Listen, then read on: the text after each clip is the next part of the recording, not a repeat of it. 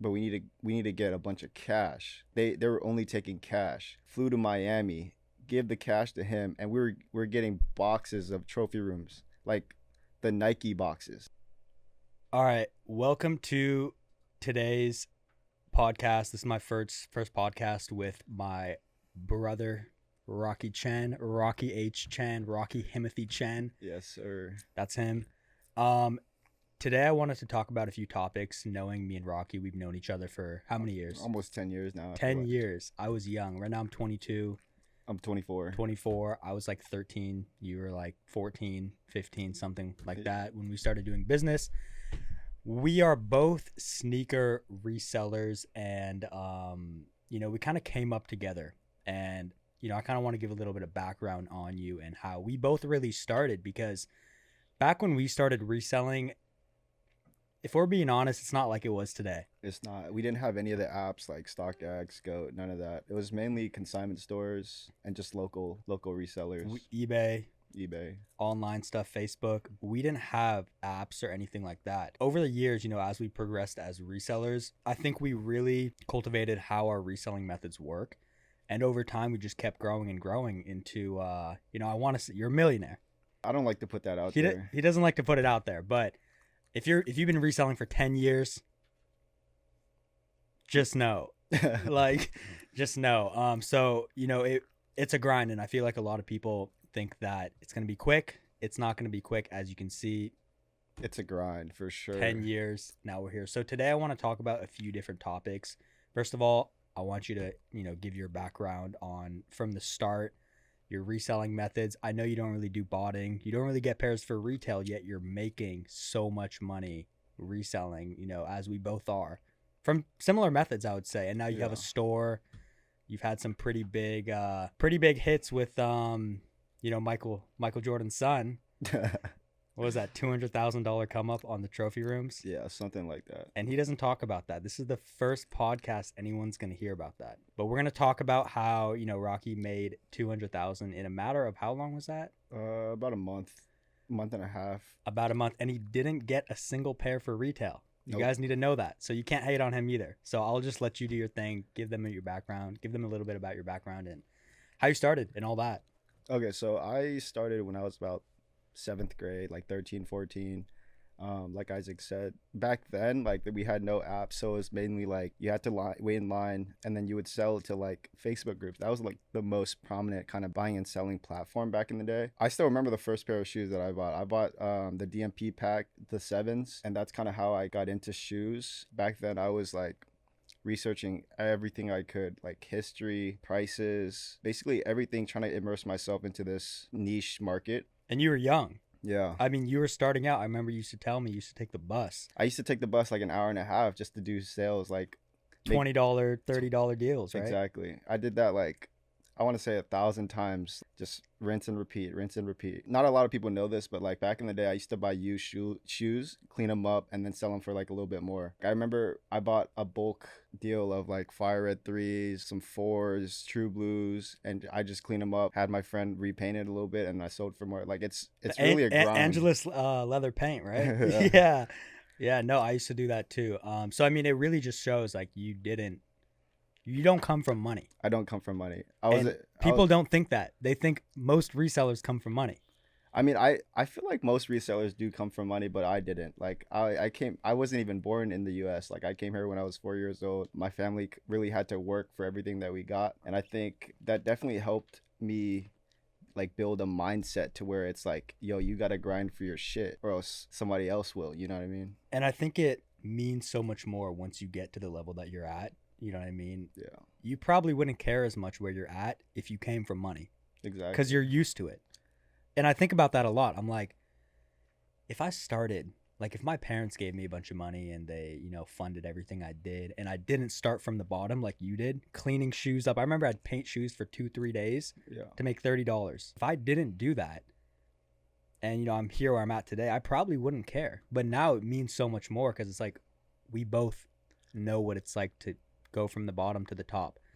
I still remember like the amount of money that I started with. Like I saved up one whole year of Chinese New Year money, Christmas, stuff like that. And I got like $300. And that was my first real savings that I could use to buy something that I want. Because I would go to the mall all the time asking my parents to like, yo, can you get me these pair of shoes? They would always say no. And then one year I was like, I'm going to save every dollar that I get and I'm going to get my own pair for myself. And that's kind of how my love for shoes started. Yeah, and it's funny you say that. Do you think you still have a love for shoes, or is it more for profit? It's like 50-50 now. Like I definitely see the business side of things now, but I still have like my own collection that I wear every day. Yesterday I went to the club and I wore my Dior's. Like I enjoy wearing all my shoes too. The club. Wait, which club did you go to? It's called Chop Suey. They're doing a Vici night. Okay. Wait, Avicii? Yeah. Okay, that's sick. Yeah, I don't go out like this party man right here. You're gonna leave I me wouldn't say hanging? I'm a party man, but No, but anyways, so it's clear that you started from the bottom. I mean, we both know that. I can attest to it. You can attest to it, and you can say that. I feel like you can say Yeah. the same for me. yeah, Because I mean, I was buying like small bulk deals from you. exactly. When I was 14 or something like that. That's when I actually started buying bulk deals from you. Yeah. And then over time, it just kept growing. Like the last bulk deal, I think we talked about this. The last bulk deal that you sold me, it was 200 pairs of barely orange mids. Yeah. And I think I told you how much I made off of that, right? Yep. I think you sold them for 200. I sold most of them for about 280, 300 times 200. What is that? 14,000? 15,000? It's like around there. Yeah. But it's like about 15,000. And people, I think, in sneaker reselling don't understand is that you're going to make the most money with the people that you started with in the beginning. It's a fact. Who do you do business with? Like your store, right? Yeah. You've known those people for how long? Years. A minute. Yeah. And now your store is, are you okay with saying like how much you make monthly? Or not how much you make, like the numbers? Yeah, that's fine. I feel like I opened my store with Sheikh and Waleed last November. I can say last month we did like 450K sales. It's crazy. It's crazy. Like, and I had a video with Waleed from 2019 when we were doing small bulk deals. Yeah. Literally, like he was buying like 10, 15 pairs for me. And that's also like, 3 years ago. And it's like now you guys are doing almost $500,000 a month. Those numbers will go up like in November, December too, just for the holiday season. For Labor Day weekend alone, we did 85K, which is insane For to a me. weekend. Yeah. For a weekend. Because we don't do any promo. All we did was like 10% sale or discount on a few items, And your margins on that are like, pretty decent. Yeah, it's decent. Because I know still how to get stuff for you guys. Don't do consignment. Yeah, we don't do consignment yet. We don't do consignment yet. Yet. Maybe I'll be the first consigner. I'm Maybe. waiting on that day.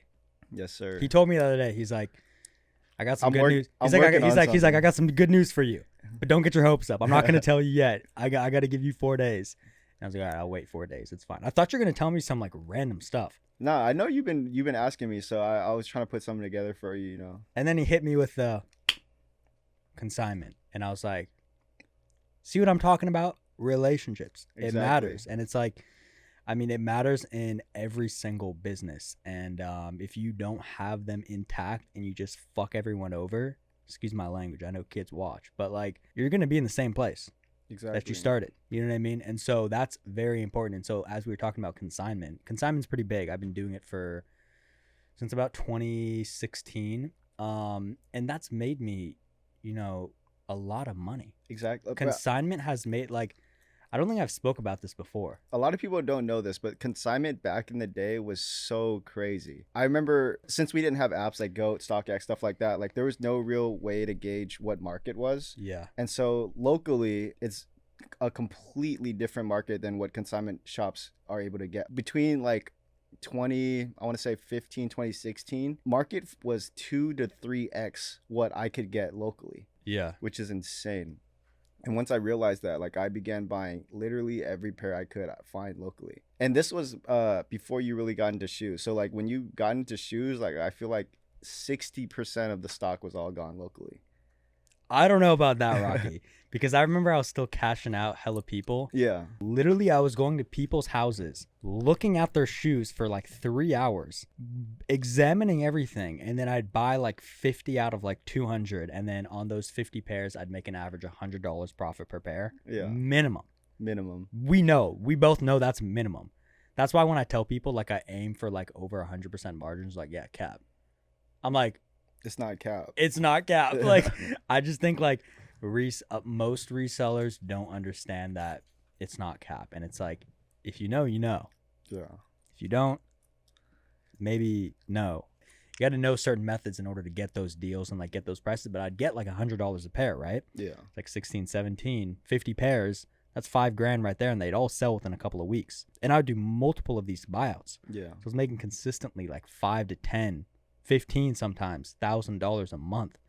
And as my capital kept growing, a lot of people don't know this. As my capital kept growing, that's when I started to do holds. Mm-hmm. That was around like 18, 19. I was buying white cement 4s, Royal 1s. I bought a lot of those from you. I remember you kept dropping them off to me. I would move them for, you sold them to me for like 200 to 250. Yeah, they were cheap back in the day. Moved them all for, right now, what are they at? Like 550, 600? Yeah. Moved them all for, I think it was 400, like 350 to 400. So again, $100+ profit per pair for a short-term hold. So it was pretty good. And it's like, I don't know, like there's a lot of deals like that we did. And I know, you've had a lot of big deals that you don't talk about publicly, because I feel like you're pretty private. Yeah, I'm a pretty private person. I stay low key. Like, I don't really want other people to know about my business. Yeah. And I noticed that. And I feel like that's like, it's very peaceful, I'd say. Yeah. Like, because I know what I'm doing, and that's all that matters to me. I don't care if like other people really know I'm making money or not making money. As long as I know, that's all that matters. There's a lot of stuff that I feel like people just don't know. There's like, a lot. I know, but like I'm not, you know what I Yeah. mean? It's not like, it's not my part to say. It's like, if you want to say it, you say it. But it's like, it's not just shoes for him. Yeah. Like, this guy's running like 5 to 7 businesses. Yeah. Back and forth in different states. Yeah. So it's like, it's hectic for you. I know your schedule is pretty hectic, and I do appreciate you coming out for this, is of course. And one thing I do want to talk about is like, you have had some pretty prominent deals that you just haven't talked about, and I know one of them is with Michael Jordan's son, Marcus Jordan. Yeah. So a little backstory on that. Sheck and I, we did a deal with Marcus on the trophy rooms. Trophy room ones. Yep. Yeah. So the deal, I don't know if should I say the numbers or no? It's already done. Yeah, I mean, it is done. So the whole world pretty much knows what happened. Like, he backdoored a shit ton of pairs from his store, trophy room. And I remember Sheck hit me. He was like, yo, like, there's this big deal, but we need to get a bunch of cash. They were only taking cash. Him and I pulled together like a couple $100K. And then there was a guy that came, pick up the cash, flew to Miami, give the cash to him, and we're getting boxes of trophy rooms, like the Nike boxes. In Miami or in Seattle? They're getting shipped back to us, like, okay, overnight. Okay. So you've seen those Nike boxes that get shipped to like Foot Locker, stuff like that, with the label. Yeah. We were getting those, so it wasn't like even repackaged. They were just sending you like. They're sending us their shipments, and just like new labels shipped back to us. So I remember, like, it was like a week after we paid them all cash. It was like a duffel bag of cash we paid them. Wait, let me backtrack a bit. Where'd you get how'd you? I know when you need cash sometimes. Like, I know you do, but like, I mean, I just pulled it from the bank. Like, I just said it was for a business deal, and it is. So, but like other people, like, were they interest-free loans, or were they? Because you said you're getting cash from other people because you needed the cash, right? Kind of. So we did a little bit of pre-orders, but it wasn't that many. Most of the cash was from Sheck and I. Like, we just go to the bank, pull out cash. I mean, it was for like a shoe deal. It was a business deal. So yeah, they didn't really ask too many questions on that. And then he took all the cash, put in a duffel, flew to Miami, gave it to Marcus. And then we just started getting shipments. It was like 15 boxes, like here, 15 boxes there, of just trophy rooms. So you're telling me hundreds of thousands in a duffel bag? Yeah. To my Don't they stop you over 10,000 No, they don't. at the airport? I've flown with like 70K before. They don't really stop you unless like You look sus. you look sus. Yeah, Yeah, yeah. exactly. And yeah, no, okay, I feel that. Because I've always been worried. I remember I was like, when I was not younger, but I was like 18, I was like, I would go to Miami with my family sometimes. I would always think about bringing like over 10,000 and do buyouts in different states. Yeah. And then ship them. You know I mean, what I mean? what can they really say? Like all the cash is legit. You know what I mean? Like we're not doing anything illegal. What can they really stop you for? Like it's not illegal to fly over 10K in the U.S. domestically. Yeah. So you could bring as much cash as you want. Okay. I mean, I guess that makes sense. I've never done that. That's crazy. So anyways, you took the cash to Miami. Sheck took the cash or someone else took the cash? Someone else took the cash. Someone else took the cash. Were you guys not worried that, how much cash was it? Like a couple 100,000? Yeah, a couple 100K. Couple 100K. You took the cash to Miami. I'm sure it was someone he trusted. Yeah, for sure. Gave it to Marcus.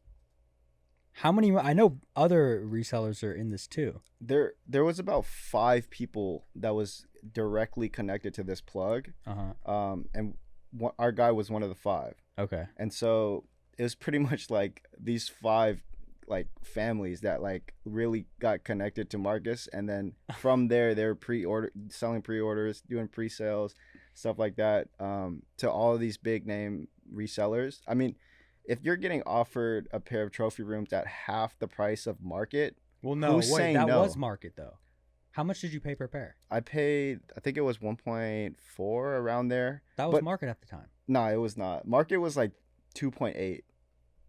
Really? Yeah. I thought it was 1.4 because I remember you're like, we were talking about hold or sell. Yeah. Because I sometimes do those predictions like hold or sell.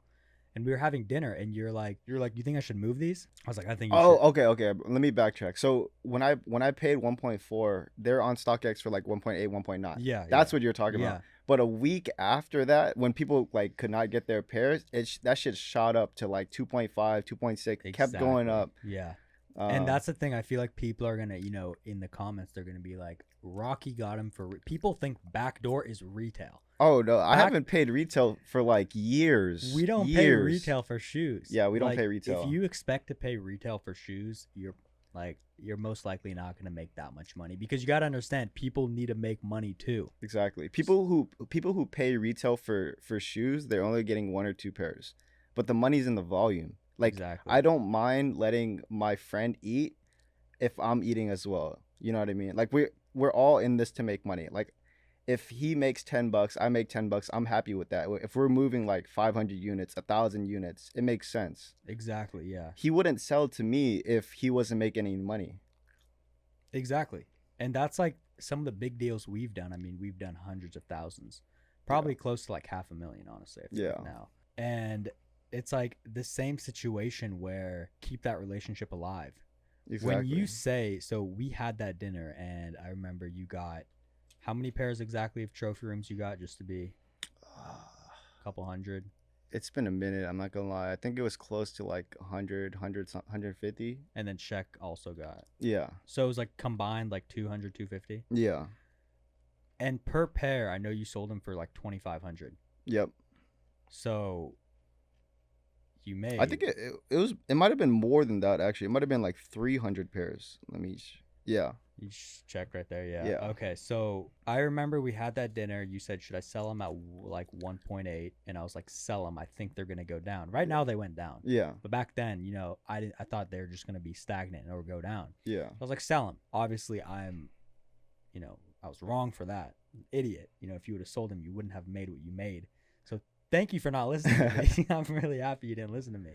And that's also what I always tell people is like, don't listen to me. Like, I've had a great track record with investments. We both know that. Before I even posted on YouTube, I've always had good investments. But like, it doesn't matter what I've had. It's like, I'm not an actual financial advisor.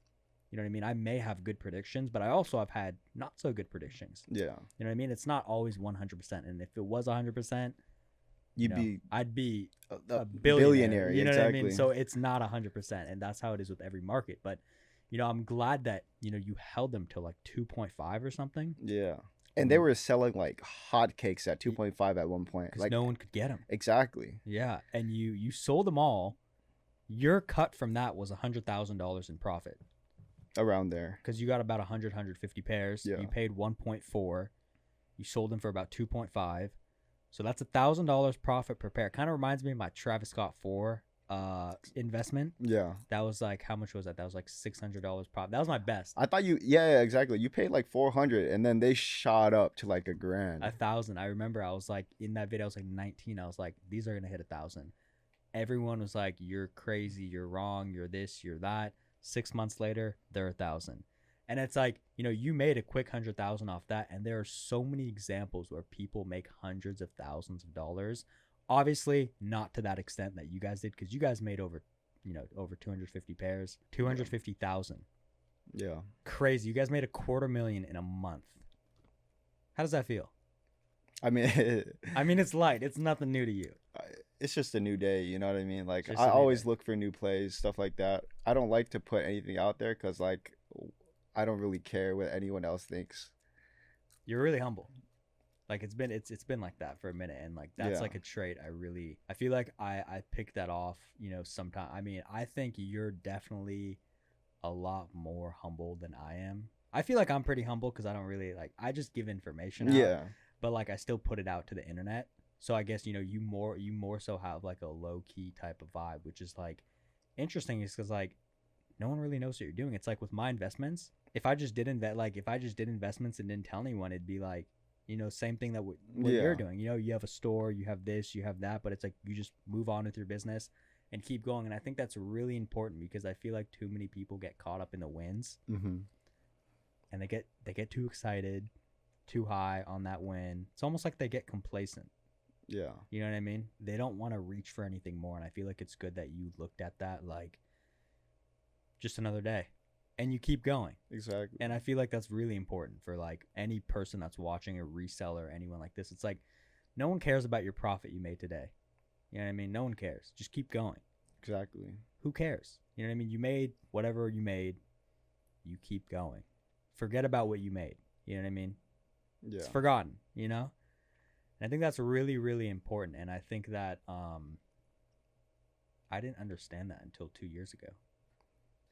A lot of people in this world are dealt bad hands. Like, you just gotta grind. Yeah. That's something that I really respect out of people. Like, if I'm hiring someone, I don't give can I cuss on here or no? Like, I don't care if you graduated from Harvard or wherever, like Ivy League. Like, if you're a hustler and you're willing to work hard and be coachable and learn kind of the trick of the trade, like, that's what I look for most. If you're willing to work hard, I think that's the biggest attribute that separates someone who's successful and someone who's not.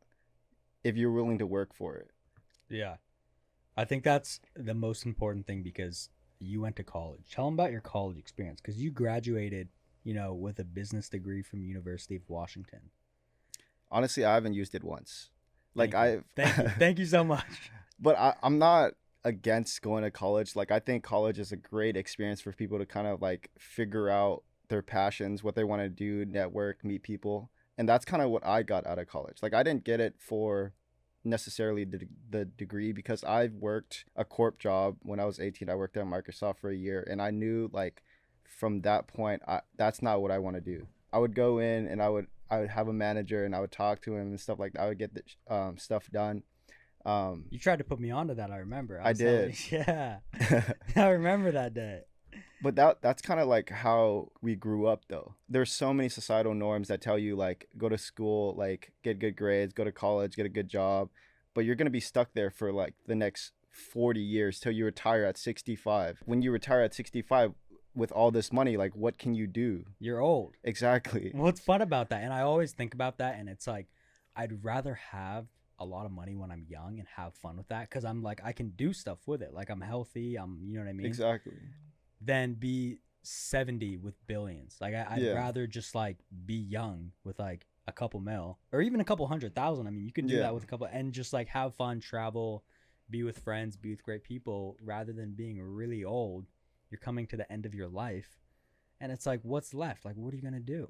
Exactly. That's why, honestly, we're so blessed to have found this niche market in shoes, and we're able to capitalize on that and make our money, you know what I mean? So we could actually enjoy life while we're young and we're Yeah. able to do things. And I feel like we really do. You're always traveling, having a like, you know, having fun. I mean, Yeah. I don't know if you want to mention it, you have places like all over. Yeah. And it's like, you know, if you want to go here, a different state, you go there, you want to go to, and I know how it is. And it's like, you're only 24. You know what I mean? A lot of kids my age, I'm 22. I just turned 22 a month ago. And a lot of my friends just graduated college. And I speak to them as well. And they're like, they can't find a job. Yeah, I'm I like, have a friend who's literally graduated like 2 years out of college and he still can't find a job. and I'm like, this is one thing I don't mention on YouTube much, but I take people and like I can if some reseller comes to me or someone who wants to get into reselling wants to start making anywhere from $3,000 to $10,000 per month, I have like a team of people that do that. You know what I mean? And so I think about that sometimes, and I'm like, my friend just came to me and he's like, I just finished college, spent a bunch of money on tuition. I can't find a job, and even if he does find a job, what's the max pay you'll get out of college? Like Literally like starting jobs, they pay like 60, 70. I literally have took probably like 50 different people from like anywhere from three, five, $10,000 a month, which is over for the most part like $60,000 Yeah. a year, and I do that within a month and a half, 2 months, and it's like people are spending over 100,000 on a 4-year education, and they can't get a job, and it's just like it honestly worries me, but it's like there are so many different ways you can make money instead of just like going one route and just going like, okay, college is the way. And also, college is probably the way for most people. Yeah. If you want to be a doctor, a lawyer, you know, in a professional field, go to college. But I'm saying if you don't like college, like if you don't like school in general and you just know you don't like school, don't go to school because your parents are telling you, go to school. Like that, you're going to make us happy. That'll make us happy if you get an education. Mm-hmm. Because I went to school for 2 years. And after that, I was college. And then after that, I was done. Because I remember I talked to you when I was younger. I was like, do you think I should go to an actual university like UW? And you're like, don't do it. Yeah, I remember you asking me. We were at dinner one day. You're like, "Yo, like, should I continue going to college?" I'm like, looking at what you've built so far, you don't need it. Literally, you learn more from experience than anything else. Like, there's a reason why. Actually, I don't know if I should say this. What do you want Like, there's a reason why business teachers are teaching business because they don't have like successful businesses themselves. You know what I mean? Like, they're teaching it, but they're not practicing it. I know that in like some big schools like Harvard and Stanford, the business teachers Yeah. are like they're just doing it just to do it, not for the money, and they've actually had Yeah, successful business. that's But like different. Yeah. in like most colleges, have they actually started a business themselves? Because if they did, why would they be Teaching on it. a Exactly. $80,000, $100,000 salary? Because in business you can make far more than that per year, so it just doesn't make sense. And we had that dinner, and you're like one of the two people that I spoke to about going to college, and I remember like that's when I was like, yeah, I'm just not going to finish the 2 more years. You know what I mean? I'm just not going to do it. Yeah, so that was, you know, one of the things I was thinking about, and I also spoke to a few other people as well, and it just kind of like solidified that like I am scared that I'm not completing university because I had other people in my ears, like my mom, my grandparents, and all that, that were like, if you don't finish, like, you're fucked. Yeah. And I was like, you guys didn't even go to college. Like, you guys, I mean, they came from Russia, which Mhm. is like, you know what I mean? It's like they came here, immigrants and all that. But I'm like, you guys didn't even go to college. Like, how are you going to tell me to go? And I know you guys made a great living not even going to college. So how are you going to tell me go to college? You know, I just listened to the people around me, like you and a few other people, and I'm glad I did that. I think, you know, it could be the same for other people. If you have a passion, stick with that passion. You know what I mean? Don't listen to other people's opinions. You know, you'll be more happy doing what you love to do than listening to other people. College is kind of situational because when you approach me at dinner asking if you should continue, I told you not to because of how far you've come already. Everything that you've built, you don't really need to go to college anymore. That's not like a knock against anyone who wants to go to college and get a degree and stuff like that, because there's a level of comfortability in having a stable job, salary, stuff like that, if that's what you want out of life. And I'm all for that, Yeah. honestly. It's all about like how you want your life to play out. And it's like, if you want to do that, 100% do that. If that's what makes you happy, like do that. I know that's not what makes me happy. I can't speak for you, but for me, like, I enjoy the grind. Like, I enjoy the process of grinding and hustling for every dollar that I ever made. You know what I mean? Like, that shit's fun to me. There was a time where I was working like 16-hour days, months.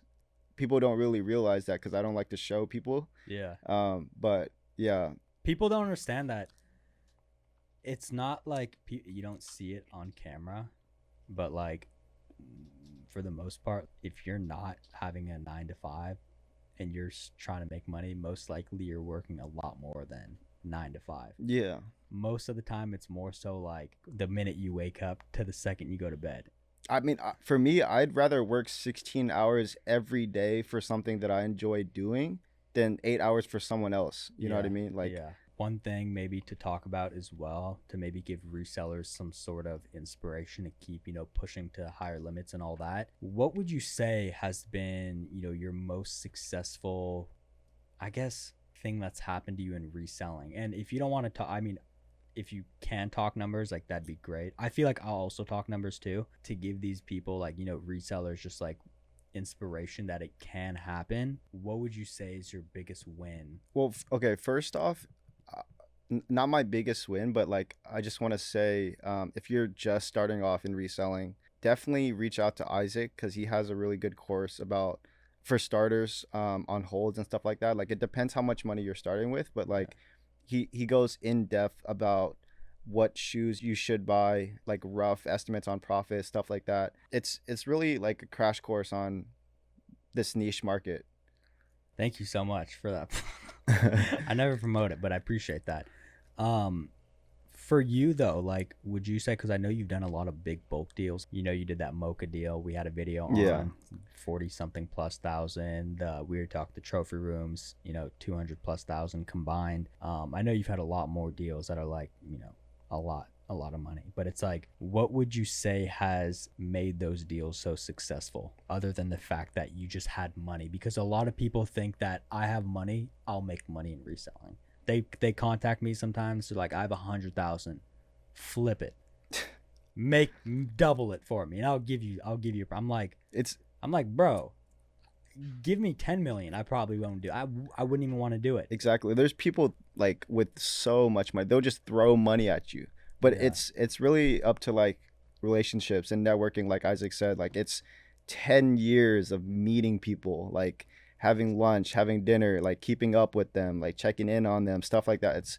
That's what kind of builds value. Exactly. Like if I were to go broke tomorrow, $0 in my bank account, I could make all that money back. It's because I've kept good relationships with all the people that I've done business with, and that's kind of where it really stems from. Yeah.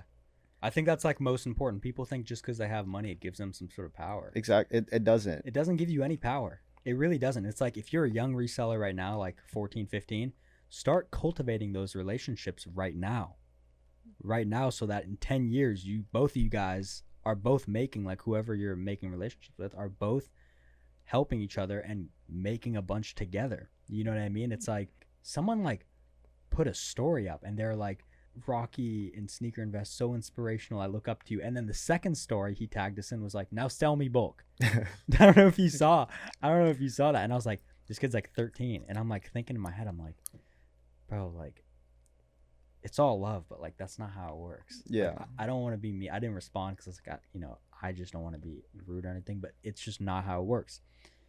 You can't just sell me bulk right away. No one's going to sell you anything. Yeah. No one's going to do business. No one cares, first of all. You're too busy with people who already are on the lineup to buy from you already or to sell. You know what I mean? So none of that really matters. And so I think that it's really irrelevant. I think one thing that people should know if they're just getting into shoes is like, this is no get rich quick scheme. Like, it's not. This is a slow grind. Yeah. Like, it's for people who have endurance, miles, bro. Like, I've been in this industry for 10 years and now I'm finally at a point where I can kind of live my life how I want. You know what I mean? Like, yeah. Do you think it's because you didn't have the information back then that you do now? For me, when I first started, every dollar I made went back and cycled it. I rarely spent money on myself. I don't keep more Cycle. than I don't keep more than like $1,000 in my bank account. Like if I have more than $1,000 in my bank account, I'm not doing something right, because that could be money that can be invested into more shoes. That's interesting because I don't do that. Bro, there are times where I would go to dinner and I would check my bank account to see if I have enough money to pay for the bill. Is that crazy or not? Even to this day, it's like if I have more than $1,000 in my bank account, then that shows me that I'm not doing something right.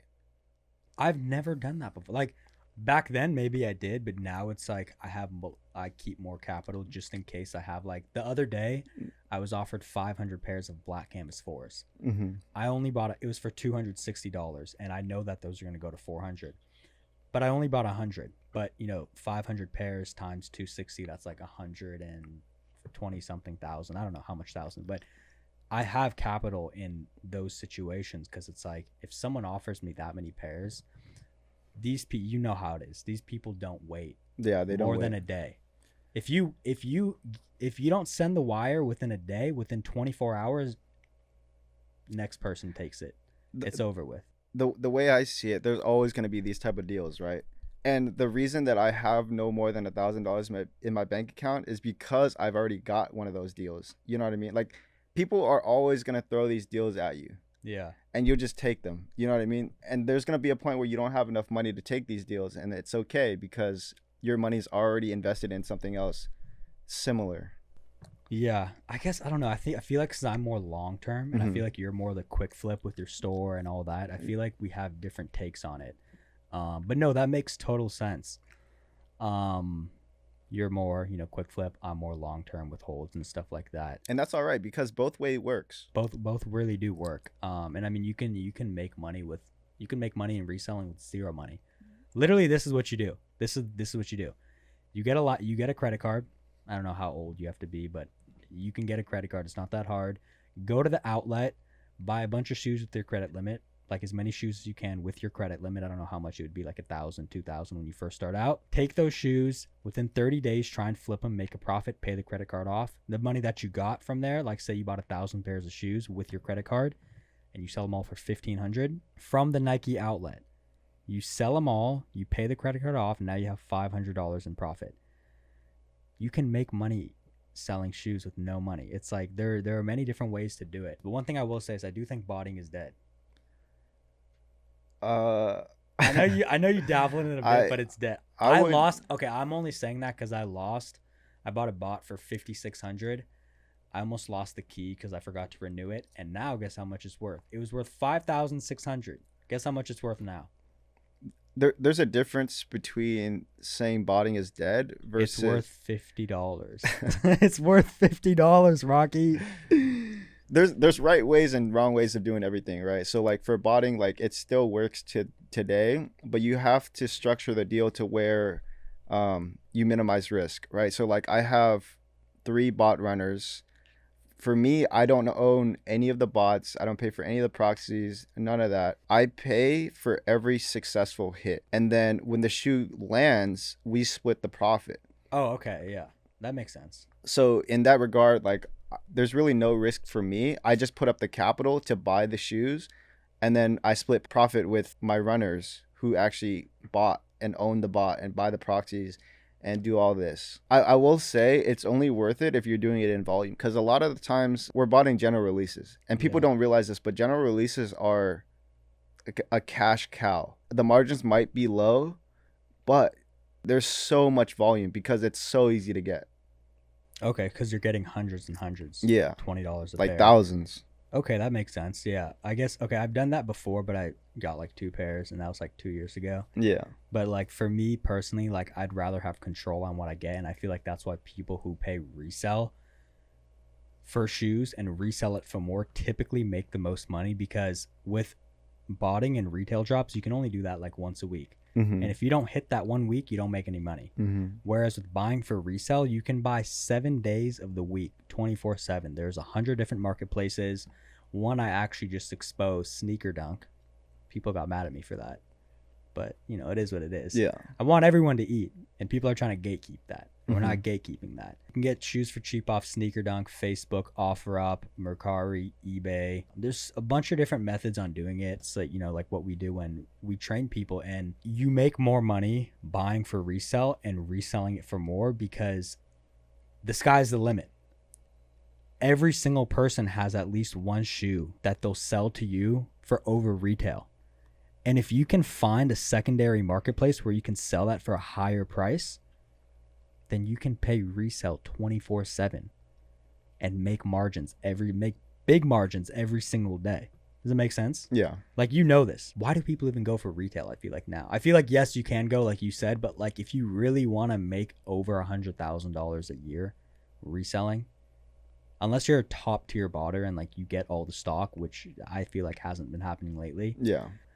Your best bet's getting for resell and reselling it for more, just knowing where to sell. And I mean, there's a lot of different like higher priced marketplaces where you can do it. And like you said, like certain consignment. You know what I mean? Exactly. Like if I consign at your store, I'd be getting $100 more than I'd be getting on StockX. Yeah. You know, who wouldn't want to do that? Of course, you guys got to understand that the stores will take a percentage. Mhm. Like you guys would take 20%. You know what I mean? But even after that 20%, you're still clearing way more than you would get on any apps. So like if I sell a shoe for 400, you know, you guys would take $80. I'd get 320. Yeah. But say I paid 230 for that shoe. I'm making $90. Exactly. And I keep doing that, and I keep making more and more and more. One topic I wanted to talk about before we close off. Joe. That's my boy. I know that's your boy. That's the guy. He's actually. I know you saw that clip of Drake. I sent that to you last night at like Yeah. 3 a.m. Drake was like making fun of Ann Herbert's son or something. I feel like a lot of people have I feel like made up a lot of stuff in They that did. story. Like it's not what people think it is. Mhm. And you're boys with him. You know what I mean? You've linked with him a lot. I feel like people don't understand that like it's not what people think it is. It's not. Like they were making up so many rumors about like Joe getting the details on what specific outlets were getting stock and stuff like that. That's just not true. First of all, in his pictures, he was getting Adidas Yeezys and stuff. How is his mom gonna backdoor that for him? Exactly. He was botting that, and everyone has the same chance. Like his chances weren't higher because, you know, his mom made a call and was like, "Yo, like, let Joe take all stock." Like that's not what happened.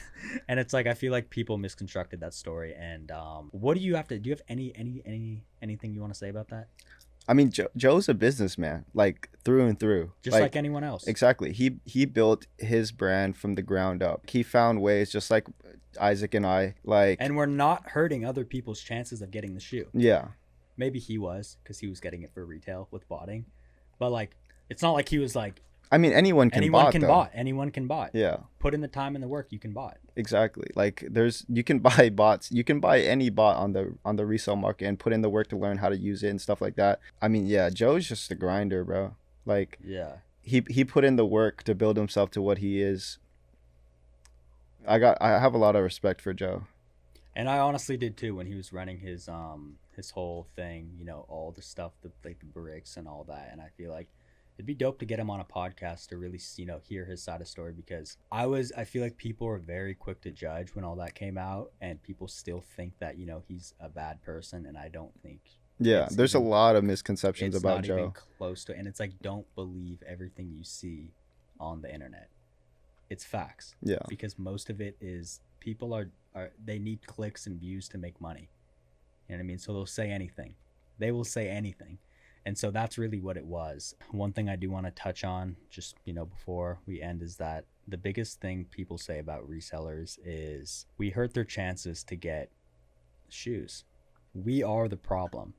That's the biggest comment I get on all my Instagram, TikTok, YouTube. So like, you're the reason why I couldn't get a pair for retail. And That's also a big misconception, because like cap. I don't pay retail. I don't pay retail either. I haven't paid retail for years. Honestly, since I opened the store, I don't even bought that much anymore. Yeah. So like, if I don't bought, someone else is gonna do it. So like that argument's kind of, you know, Over with. yeah. But since I opened the store, like I've been paying pretty much market or a little bit less. So like It doesn't make any sense because we are paying resell to resellers. exactly. We're not even getting the shoe for retail. So how are we hurting your chances? All you have to do if you want to get a shoe that you want is just pay someone the price or try and get it for retail if you want to put in the work. But we pay resell. I mean, at the end of the day, it's a business, right? Yeah. Just like any other business. Everything is resold. Yeah, You think everything Nike? is You think resold. Nike pays your shoes that you have on right now? The Travis Scott reverses. Nike probably paid $10 for these. You know what I mean? How much Like, do you think this costs Nike to make? every business in America is reselling resold products. Like, It's like how much? Everything. yeah, everything. Our hats, our shirts, our food. Someone- Our food is resold. Yeah, yeah, exactly. Stop going to restaurants. They're reselling the food to you. It's just all about convenience. Literally, that's it. If you want something, you can pay more for it and you'll get it as you want. Quicker, whatever, in a timely manner, whatever. There's probably like 15 to 20 transactions between the real person who's supplying it and the end user, like Yeah. for everything. And each step along that way, everyone's making a buck. Everyone. So you can't really knock it. You know what I mean? You Like, can't hate on resellers because at the end of the day, and one more thing I want to say is that if shoes were not rare and they didn't go for a lot, I feel like most people would not want them. yeah, Do you agree? Like if these were not a $10,000 shoe and nobody cared about these, no one would want them. The fact that shoes are scarce makes other people want it because in a way it kind of makes them, cool because Yeah. no one else has it. And that's why they want it. So at the end of the day, people need resellers. and I will say Nike knows this, Adidas knows this, every brand in America knows this. Like they're all trying to build hype, right? Like at the end of the day, if Nike really wanted to get rid of all resellers, they would produce more. End of story. Yeah. I hope they don't keep doing that with the fucking Nike Dunks. Pissing me off, honestly. I mean, they've probably produced like millions, and the market is still the same. Like I don't know about that. relatively, like recently, there's been so many restocks of the pandas, and they're still at 170. Yeah, they were at 300. I mean, they were until they restart. Yeah, Yeah. but now it's like they're still restocking, and it's still at this price point. I guess. And I mean, you guys are moving him for more than 170, so it doesn't even matter to you. One thing that, I just mentioned like 5 seconds ago is that people literally need resellers. Nike needs resellers. Adidas needs resellers. Forget about Nike. Like the normal, the general consumer, they need resellers. People would not want a Jordan 1. People would not want. Were Jordan 1s selling out when they first released in 1985 or 1990? No, they were not selling out. Okay, maybe because they were new, but also the fact that they weren't as scarce. You can get them whenever you want. People want what you can't. They want what they can't have.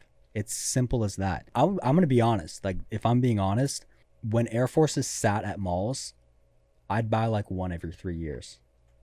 Once they got scarce and like you couldn't really get them unless you paid resell, Everybody wanted them. I kind of wanted them more. I was like, wait a minute. They're kind of hard to get. Not hard to get, but like you just pay $50 more than retail and then like, you get them. And so I really think that people need resellers and that's a fact. And it's the same thing with every other thing. It's like, it's just a fact. Like that's the way, what do you think? I mean, that's the way I look at it. I feel like, shoes wouldn't be as cool if there weren't resellers because prices wouldn't be up. And, if prices are higher, then it somehow means that, it's more rare and more scarce. And that if you have them, you're definitely a lot cooler. You know what I mean? Like as some would say. But what are your thoughts on that? Because that's what I think. I mean, I agree. But there's also something that like everyone keeps telling me, like year after year, like they ask me this. They ask me, do you think reselling is gonna die? Like every year I get this question. They're like, Yeah. reselling is gonna be dead in 5 years. Reselling is gonna be dead in like 2 years. Every year I'm still here. You know what I mean? Like it hasn't even like we're just touching the surface, bro. There's a TED talk by I think his name is Josh Luber on YouTube. StockX.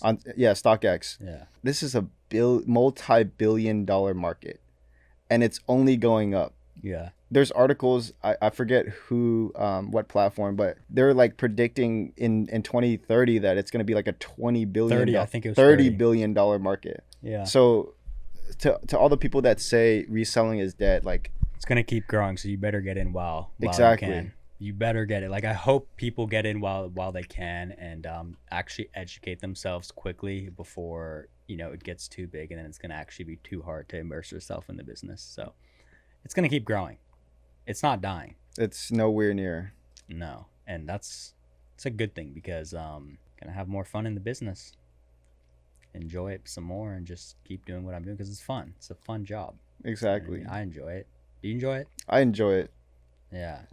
I love what I do. So Anything else you wanna tell the people, tell the viewers? Any tips or secrets? I don't know about tips, but I will say if you don't know if you want to get into shoes, just give it a shot. You know what I mean? Like, try. It's better to try something and fail than never having tried. Yeah. Don't be scared of failure. Yeah. But yeah, that wraps it up for today's podcast. This is our first. If you guys want more, definitely give it a big thumbs up. We're down to do more and bring on more guests, maybe Joe. But we gotta let's get how many likes for us to bring on something more and crazy. Shit. What have you been? I'm thinking like 10. 10,000? Yeah, I mean, if we're bringing on like Joe or like someone big or like talking about crazy other topics that nobody else talks about, let's just say 5. Actually, let's just say 1. 1,000 Yeah, likes. yeah, that's enough. Yeah, or dislike, unsubscribe. Unsubscribe. But yeah, thank you guys for tuning in. Follow Rocky at Rocky H Chen on Instagram. He also posts a lot of good information, and his store, the Mecca Northwest in Bellevue Square Mall. And then follow me on Instagram at Sneaker Invest if you guys want pictures of I see a lot of pictures of shoes. That's all I can offer, and it tips and advice. But yeah, let's do this again. Appreciate the time, and yeah, Peace. See ya.